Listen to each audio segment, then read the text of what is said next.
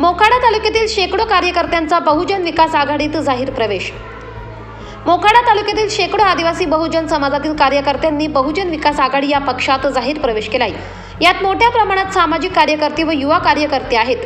हा पक्ष प्रवेश मोखाडा तालुक्यातील व पालघर जिल्ह्यातील राजकारणाला एक प्रकारचा धक्का आहे, असे काही घटकांकडून बोलले जात आहे। एवढ्या मोठ्या प्रमाणात पक्ष प्रवेश बहुजन विकास आघाडीसाठी एक महत्त्वाचा ठरला आहे।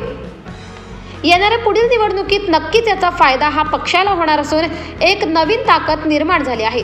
गेली अनेक वर्ष मोखाडा तालुका व खोडाळा विभागात बहुजन विकास आघाडी या पक्षाचे काम हे पाहावयास मिळत नव्हते।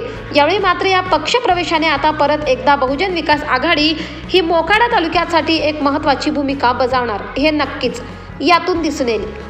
हा पक्ष प्रवेश बहुजन विकास आघाडीचे अध्यक्ष आमदार हितेंद्र ठाकूर, आमदार राजेश पाटील, माजी खासदार बळीराम जाधव, ज्येष्ठ नेते विल्सन फगौस, ठाणे जिल्हा परिषद माजी अध्यक्ष काशीनाथ पाटील व मोखाडा तालुका अध्यक्ष अमजद अन्सारी, जव्हार तालुका अध्यक्ष एकनाथ दरोडा, कौलाळे गणप्रमुख संजय भला यांच्या उपस्थितीमध्ये झाला।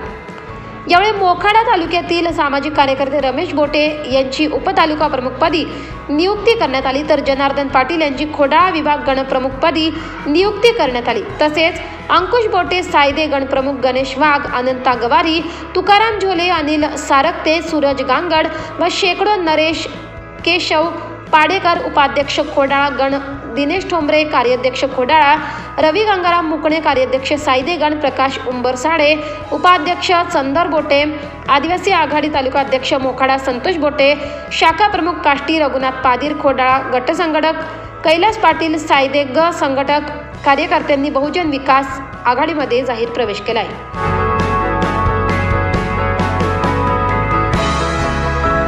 24 लाईव्ह महाराष्ट्र न्यूजसाठी सौरभ कांबडी, पालघर, मोखाडा।